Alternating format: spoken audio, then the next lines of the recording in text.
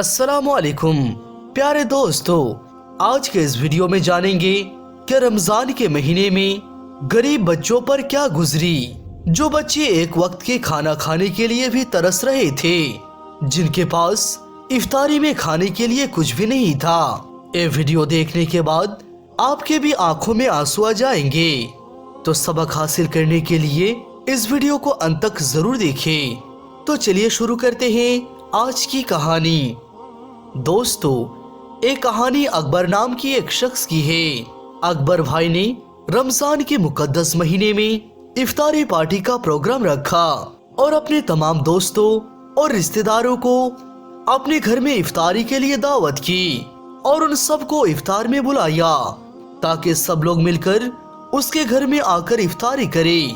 पूरा दिन घर में इफ्तारी की तैयारियां चल रही थी। अकबर भाई खुद बताते हैं कि मैंने आमों की पेटी नीचे रखकर अपनी बीबी से कहा, बेगम, इफ्तारी के इंतजाम में कोई कमी पेशी नहीं होनी चाहिए। तो बीबी ने कहा, एक ही बात को और कितनी बार कहेंगे?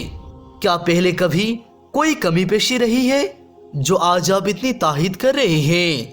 पिछली बार सब कुछ इतनी अच्छा बनाया था कि आज तक आपके दोस्त तारीफ ही करते हैं। तो मैंने कहा, हाँ, वो तो याद है, लेकिन आज भी वैसी ही होनी चाहिए।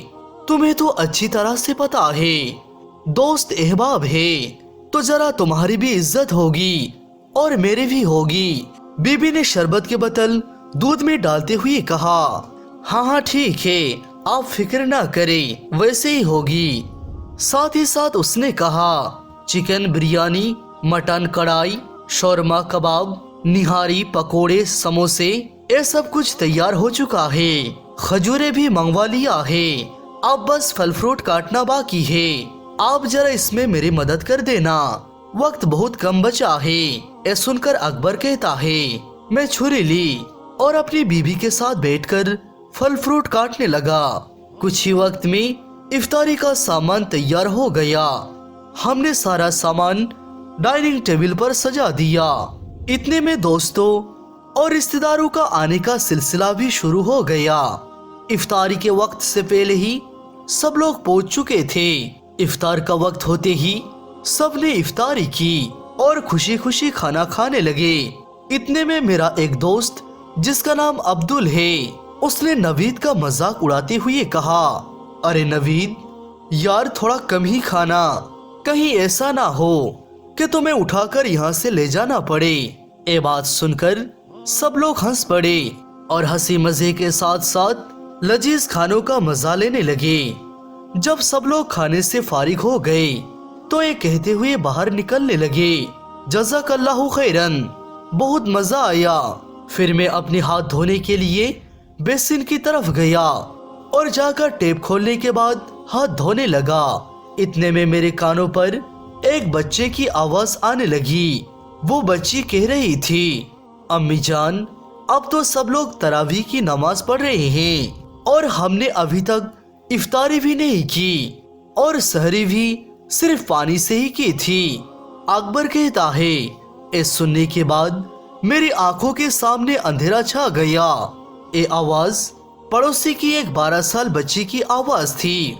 मैं ये अच्छी तरह से जानता था कि दीवार से किसी के घर में झांकना बहुत गलत बात है, लेकिन फिर भी मैं दीवार से उनके घर में झांकने पर मजबूर हो गया।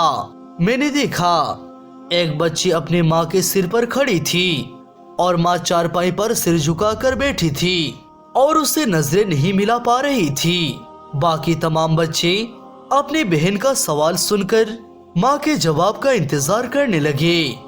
बच्ची बार बार अपनी माँ से बार बार खाना मांग रही थी। अकबर बताता है, ये देखने के बाद मेरी चारों तरफ अंधेरा ही अंधेरा हो गया।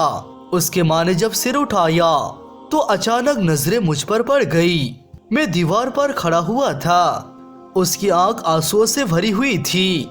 मुझ पर नजर पड़ते ही वो जबरदस्ती मुस्कुराई और चादर से आंसू पोंछने लगी और कहने लगी, भाई आप कैसे हैं? ये लड़की बहुत जिद्दी है, ये अभी अभी खाना खाया है और अब फिर से जिद कर रही है। अकबर कहता है, ये झूठ बोल रही थी। शायद वो ये बात जानती थी कि मैंने बच्ची की बातें सुन ली है। अब मैं ये सोच रहा था, जो मेरे दोस्त इफ्तारी करते वक्त एक दूसरे को कह रहे थे और खाने की तारीफ कर रहे थे और कह रहे थे कि भाई थोड़ा कम खाया करो, कहीं ऐसा ना हो कि तुम्हारे ज्यादा खाने की चक्कर में तुम्हें उठाकर ले जाना पड़े। अगर वो सब बातें ये लोग सुन ली है तो इन लोगों पर क्या बीती होगी। अकबर बताता है कि मैं सब कुछ देख ही रहा था और सोच रहा था, इतने में पता नहीं मेरी बीवी कहां से मेरे पास आ गई। मैंने अपने आप को बड़ी मुश्किल से नॉर्मल किया और बिजली की तेजी से बाहर की तरफ लपका तो बीवी कहने लगी, अरे अरे कहाँ जा रहे हैं, क्या हुआ है, सब कुछ ठीक ठाक तो है ना, आराम से जाइए, आखिर क्या हुआ है आपके साथ। बीवी सवाल पे सवाल कर रही थी, लेकिन मैं जवाब ना देते हुए बाजार की तरफ चल दिया।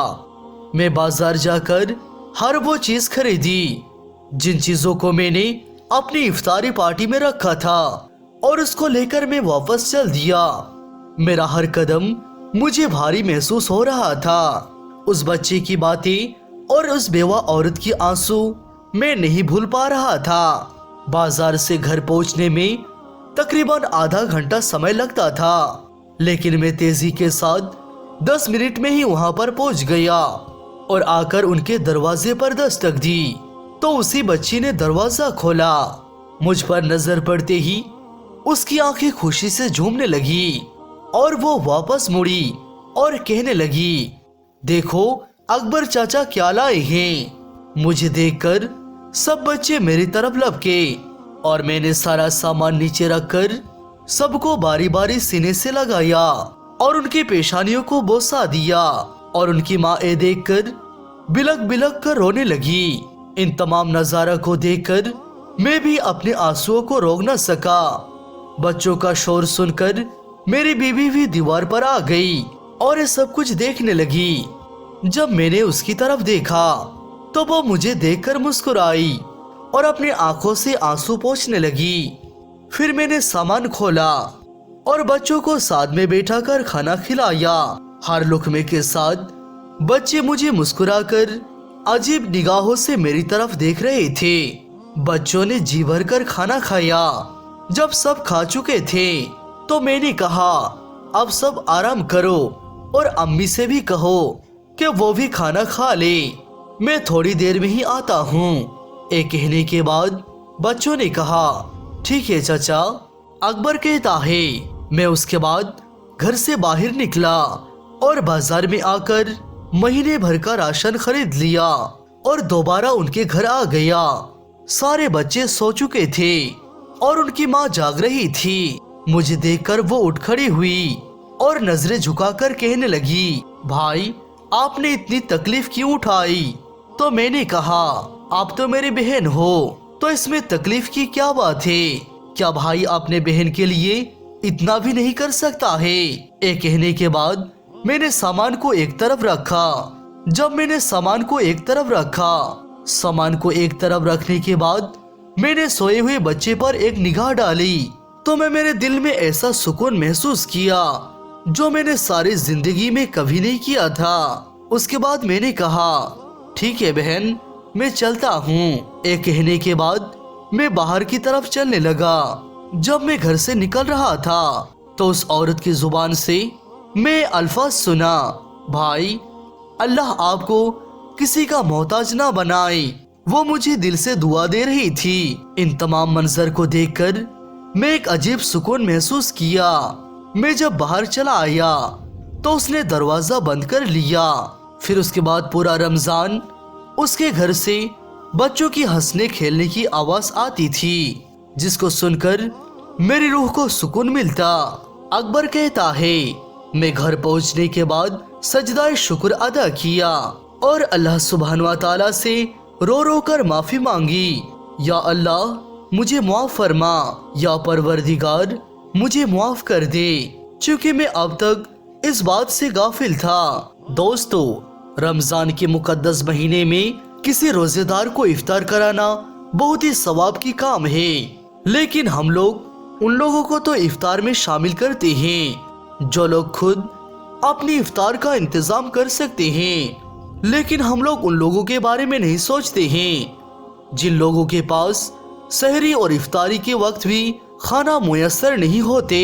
इसीलिए हमें किसी अमीर दोस्त को दावत देने से पहले ये देखना चाहिए कि हमारे गरीब पड़ोसी क्या खा रहे हैं। अगर हम सहरी और इफ्तार में अच्छी खा रहे हैं लेकिन पड़ोसी के हक नहीं अदा करते, तो इसीलिए हमें अल्लाह ताला के सामने जवाब देना होगा।